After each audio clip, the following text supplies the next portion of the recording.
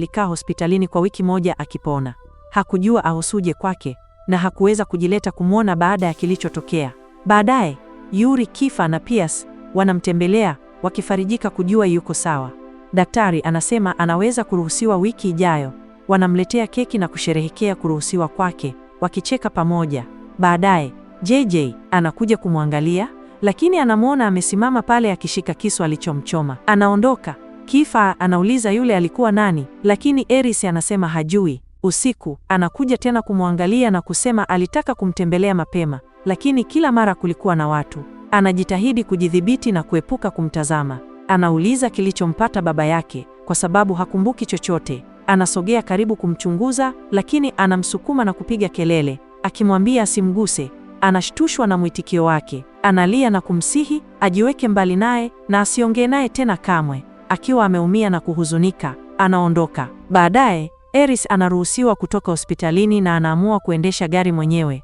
Marafiki zake ana wasiwasi kwake, lakini anasisitiza yuko sawa. Kifa anamwambia kwamba amekuwa tofauti tangu kutoka hospitalini. Eris anasema yuko sawa, hajalala vizuri tu. Mvua nzito inaanza kunyesha. Yuri anapendekeza waache kuendesha kwa sababu ni hatari, lakini Eris anasisitiza lazima wamrudishie gari Angelo haraka iwezekanavyo. Wakiendesha, kumbukumbu zinamja. Anazimia, anamwona JJ mbele yake na kugonga gari. Tunarudi kwa sasa. Eris yuko hospitalini akikumbuka kila kitu na kulia kwamba nyumbani kwa JJ, bibi yake anamwambia ajiandae kwa sababu Eris anaruhusiwa leo. Anafurahi sana. Hospitalini, Eris anawasili na shangazi yake na mama yake yuko pale pia.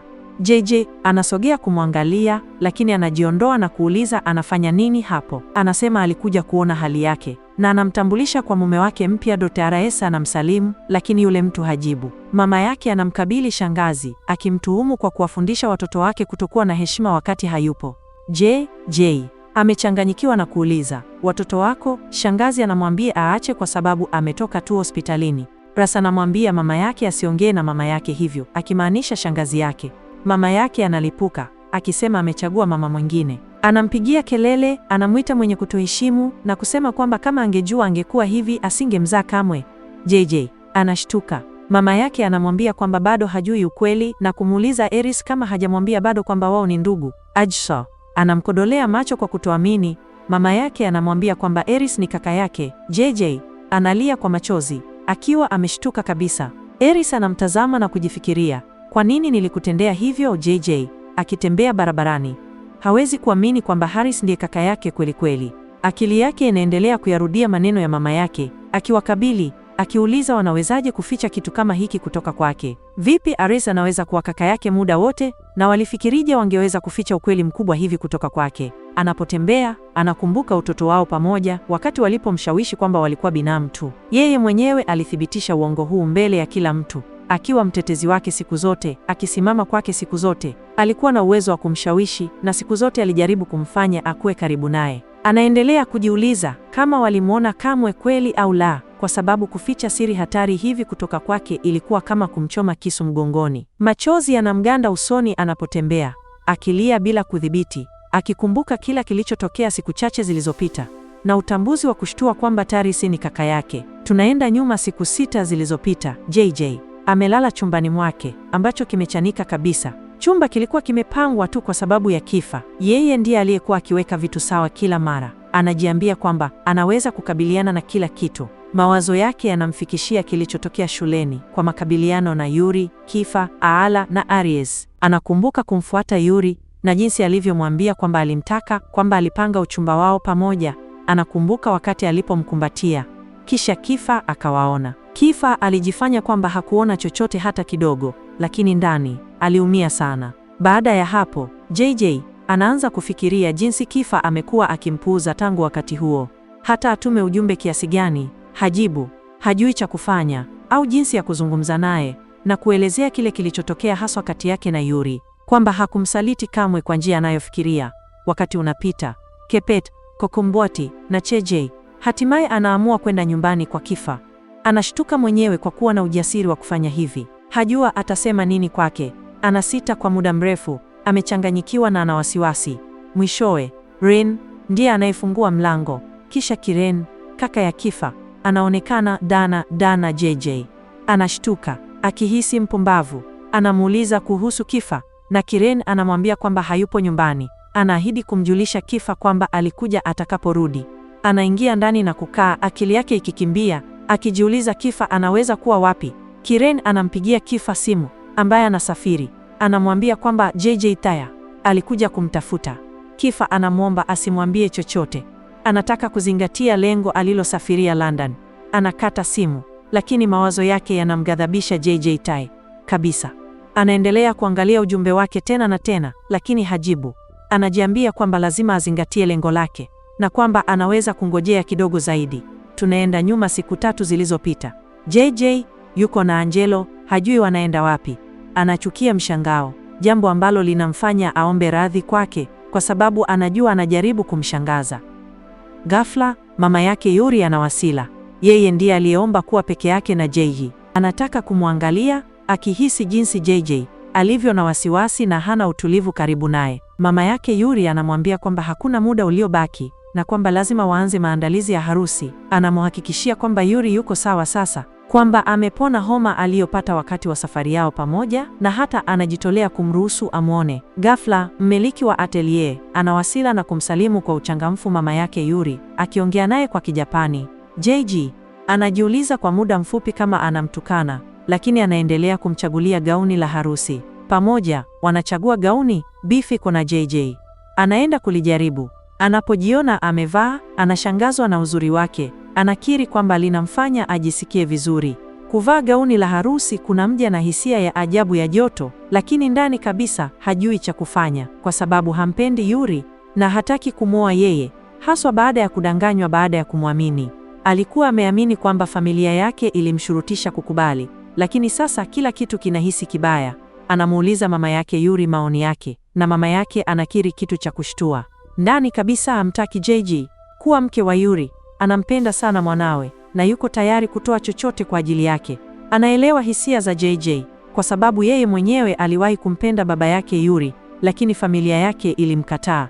Alifanya yasiwezekana kujithibitisha kwao, na walikaa pamoja hadi Yuri alipozaliwa. Wakati huo, alihisi kwamba kweli alikuwa sehemu ya familia. Yuri alikuwa kama baraka kwao, mzuri, mwenye akili, na alimpa kila alichohitaji. Siku moja, Yuri alimtambulisha kwa Ola, msichana ambaye hakumpenda kamwe kwa sababu hakuwa Mjapani. Alijua familia haingemkubali kama hawavomkubali yeye hapo awali. Aliogopa Yuri angeteseka vile vile.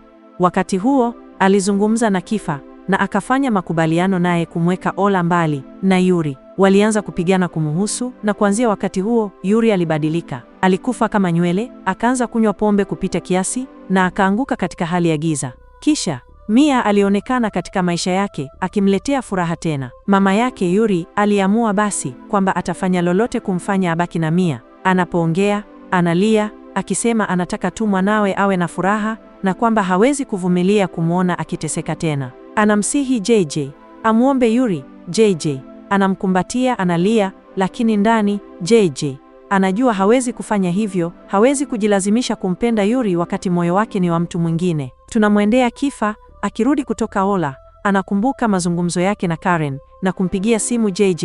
Anakumbuka kumwambia kwamba ikiwa atamuuliza chochote atajibu mara moja. Ghafla, Yuri anamtumia ujumbe akimwambia kwamba hawezi kuzuia harusi na JJ na kwamba Kifa aache kuingilia kati. Kifa anashtuka. Wakati huo huo, JJ anawasili na Angelo na kumwona bibi yake. Anafurahi sana na kumkumbatia kwa nguvu pamoja na shangazi yake. Mahao anajitolea kumkumbatia pia, lakini JJ hapendi kuguswa kimwili. Bibi yake anasisitiza, kwa hiyo anamkumbatia hata hivyo. Bibi yake anamwangalia kwa kuwa hawajazungumza sana na anaendelea kujaribu kujifunza zaidi kuhusu maisha yake. Kisha mume mpya wa Maha, Sukumatira, anawasili na kumpa Jeija zawadi. Jeija anazidiwa kihemko. Harusi yake inachochea kiwewe kikubwa na fobia katika maisha yake. Kwa sababu ya harusi hiyo, alikuwa ameendeleza hofu ambayo bado inamtesa. Anahisi hofu ile ile aliyohisi na baba yake wa kambo wa zamani. Ghafla anarudi kwenye fahamu zake, anapotambua hayuko sawa. Kila mtu anakimbia kumtuliza, kujaribu kubadilisha mada na kupendekeza chakula cha jioni. Wote wanaondoka pamoja, isipokuwa mama yake ambaye anabaki nyuma na JJ. Mama yake anamkemea kwa namna alivyotenda mbele ya mume wake mpya. haswa kwani anajaribu kumkaribia JJ. Tena anataka wawe familia tena pamoja na mume wake mpya, lakini JJ ni wazi hapendi wazo hilo. Wakati huo Yuri anawasila akileta maua kwa mama yake. Mama yake anafikiria atawa mume wa binti yake hivi karibuni. JJ haelewi kwa nini yuko hapo. Yuri anaeleza kwamba Angelo alimtumia ujumbe akimwomba aje kukutana na mama yake. Hii inaongeza shinikizo zaidi kwa JJ. Wanapoondoka pamoja, ghafla mgeni mwingine anawasila. Ni kifo mara tu JJ anapomwona, moyo wake unaruka. Alimkosa sana baada ya muda mrefu kama huu. Amechanganyikiwa kwa nini alikuja, haswa kwani watu wanaweza kuwaona pamoja. Kifa anaeleza kwamba alikuwa London akikutana na binamu zake kuhusu kitu kinachohusiana na baba yake. Wengine akitumaini mtu anaweza kumshawishi au kuwasaidia, lakini walikataa, wakiingilia tu wakati hawana suluhisho lingine. Anamuuliza kama yuko sawa, anamuuliza kama bado ana hasira naye au la. Hajibu, anataka kuzingatia. Lakini mara tu alipomaliza na kufika, alikuja moja kwa moja kwake. Ghafla anamsikia Yuri ndani ya nyumba akiongea kwa ukoo na familia yake. Kifa anatambua kwamba Yuri alisogea bila yeye na anaingia ndani mara moja akiwashangaza wote. Anamsalimu mama yake, anaona umri wake mdogo na haraka anakuwa rafiki naye. Anaalikwa ajiunge nao kwa chakula cha jioni. Yuri hakatai, hata ingawa ndani hawezi kumvumilia. Kifa anakaa karibu na JJ, wanakula pamoja. Yuri anamwangalia JJ na Kifa pia anazingatia chakula. Angela anaangalia kila kitu kwa karibu. Wanamuuliza Kifa kwa nini alikuja, na anasema waziwazi alikuja kwa CJ. Kila mtu anashtuka anaposema alikuja tu kumwona bila sababu yoyote maalum. Wanapouliza kuhusu uhusiano wake naye, Yuri anasema kwamba Kifa ndiye rafiki bora anayemjua. Kifa anasema vivyo hivyo kuhusu Yuri na wanaanza kubishana, hasa wakati Kifa anapotangaza kwamba JJ atakuwa bibi yake. Angela anampigia kelele JJ akidai kujua uhusiano wake na Kifa ni upi. Anasema kwa wasiwasi wao ni marafiki, lakini pia wapenzi. Angela analipuka akiwapigia kelele na hakuna anayejua watendaje. Ghafla simu inaita. Kifa anatishiwa, lakini kisha simu nyingine inakuja kuhusu RDT case. Wanaambiwa waende mara moja. Kila mtu anaogopa, akiwa na wasiwasi sana kwake. JJ bado haelewi kinachoendelea, lakini bibi yake anamhakikishia kwamba Eric atakuwa sawa. Anataka kujua nini kinaendelea haswa kati yao. Yuri anakiri kwamba yeye na JJ wako kwenye uhusiano, hata ingawa wamechumbiwa. Kifa kisha anatangaza waziwazi kwamba anampenda mjukuu wake JJ. Bibi yake anataka kurekebisha hali, lakini Kifa anaingilia kati akisema hapaswi kumlaumu JJ. Yuri ndiye aliyemshurutisha na wao ndio wanandoa halisi. Hii inamkasirisha Yuri. Bibi yake anamwambia JJ kwamba lazima afikirie kwa makini na kuchagua atakayekuwa naye. JJ anaondoka, hawezi kuamini kinachotokea. Siku 2 zilizopita, JJ anaenda darasani na kila mtu amenyamaza isivyo kawaida. Hajui hata aliwezaje kupitia jana. Anaongea na CNN akihisi bado wanapigana. David anampeleka nje kuzungumza. Anampigia Pasi simu na kumkabidhi simu. Pasi anamwambia anarudi, lakini anakataa kutarajia kwa sababu husababisha tu matatizo maishani mwake. Anaomba radhi akisema si zaidi ya hapo. Anakataa kukutana naye siku zijazo na kuomba siku 2 zaidi kabla ya kujibu maswali yake yote, lakini bado hayuko tayari. David anapomkaribia anamuuliza Pasi anamaanisha nini kwake. Anamwambia kwamba Pasi alimsaidia kurekebisha uhusiano wake na mpenzi wake kwa kumlinda JJ na kumweka salama. Anashtuka na kulia kwa machozi. David anasogea karibu kumfariji, lakini Kifa anawatazama. Anakimbia na kumpiga David. JJ anamvuta Kifa mbali mara moja. Kifa anafikiria yuko kwenye uhusiano na David, lakini anaeleza kwamba alikuwa anaongea na Pasi na anauliza kwa nini anashaka naye. Anakataa kumruhusu amkaribie. Akifanya hivyo, anaweza kumuumiza. Anaondoka akimwacha akiwa ameshtuka, hana hakika cha kufanya. Siku moja iliyopita, JJ anashuka ngazi akifikiria jinsi Kifa bado hajaongea naye baada ya yote. Anajifunza kwamba RS ameruhusiwa kutoka hospitalini. Anapomwona anashtuka. Mama yake anamkumbatia na kumtambulisha mume wake mpya, lakini Rose anamkataa. JJ anamsikia shangazi yake akiwapigia kelele watoto wake na anashtuka kujua kwamba wote walikuwa wakikusanyika pamoja, yeye na RS wakiwemo. Mia anapiga yowe akifichua kwamba JJ bado hajui kwamba yeye na Rais ni ndugu. JJ amevunjika moyo kwamba walimficha ukweli. Aliras anasema kwamba hata akijua, hakuna kitakachobadilika kati yao. Anamuuliza anawezaje kumkubali kama dada. wakati yeye hakutaka hata kama binamu wake tulirudi kwa sasa. JJ yuko barabarani, analia, amepotea kabisa, kama kitu cha moja kwa moja kutoka kwenye sinema. Anatembea huku akilia, akijaribu kujituliza, akijitia moyo kwamba anaweza kuendelea. Anaelekea shuleni, ghafla wanaume wawili wanamkaribia kutoka nyuma. Anagongana nao na kujaribu kutoroka, akiogopa. Anakimbia hadi anaanguka. Watu wanakimbilia kumsaidia na kusisitiza aende hospitalini, lakini anadanganya na kusema yuko sawa, akiendelea shuleni licha ya kuumia. Anapofika, anamwona Kifa akipiga ngumi. Anakimbilia kuwazuia. Mia anafichua kwamba mmoja wao alijaribu kumbusu hapo awali. Anawapigia kelele wote. Ghafla, Yuri anawasili na kuwavuta mbali, Kifa akiwaonya wote wajiweke mbali na JJ. Anawatishia wote, haswa CN na Clissy, lakini wanakanusha kuwa na uhusiano wowote naye. Kifa anamkabili Yuri, akimtuhumu kwa kuchukua alichomiliki na kuiba kila kitu kutoka kwake. Ghafla, JJ anazirai, anaamka na kuambiwa kwamba sehemu nzima inampenda. Anamwambia asiongee naye hivyo na kumwonyesha heshima, lakini hamwamini tena. Anaamini anacheza na wote, akipanga kuwa kwenye mahusiano na kila mtu ili tu kuwaharibu na kuwatenganisha kutoka kwa kila mmoja. Anamwita ndoto ya marafiki zake na kumvuta mbali. Kila mtu anafuata. Akiwa ameshtuka, anampeleka kwa Raz na Fria, akitangaza kwamba yeye ni wa Raz na binamu yake mjinga. Anamtetea mara moja. Anahisi furaha kidogo. Yeye ni kaka yake baada ya yote, lakini anakumbuka jinsi alivyojiona hapo awali kuwa duni kwao na kutaka kumwangamiza zamani. Maumivu hayo yanamfanya avunjike na kulia. Anawasukuma wote mbali na kukataa kumruhusu mtu yeyote amkaribie. Rosh na Kifa wanapingana, mvutano ukilipuka kati yao. Wakati unapita, JJ analala kitandani, akijiuliza kama arudi shuleni baada ya maneno yaliyomvunja. Anaendelea kumtumia Kifa ujumbe, lakini anapuuza. CNN, Yuri na Mika wanamwangalia. Anamtumia CNN ujumbe akisema hata kuja tena. Mama yake anawasili na kuanza kusafisha chumba chake kilichochafuka, akimwambia azingatie maisha yake. Anaamua kwenda shuleni badala ya kukaa na mama yake na baba yake wa kambo. Shuleni anasikia darasa likibishana, wakisema kwamba amwambie ukweli na bendi katika mpango kwamba JJ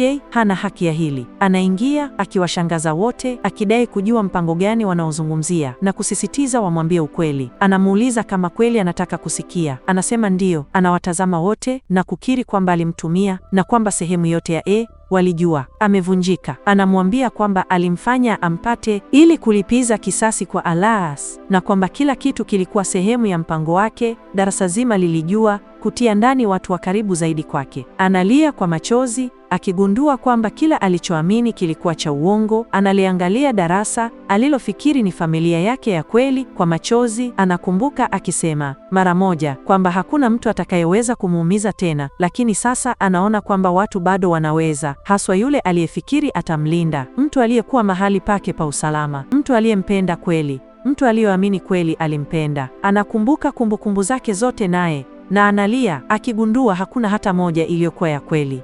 CNN ndiye pekee anayeonekana kuwa na huzuni kweli kweli. Na kwa hiyo JJ anaamua kuondoka sehemu ya milele. Msimu wa pili unaisha hapa. Nini kitatokea kwa JJ baada ya yote aliyopitia na sehemu ya milele, na jinsi atakavyoitikia baada ya kugundua kwamba mtu aliyempenda zaidi Kipa alimtumia? Hivyo ndivyo tutakavyogundua katika msimu mpya, marafiki zangu. Usisahau kujiunga na kuamsha kengele. Ukifanya hivyo, kwaherini.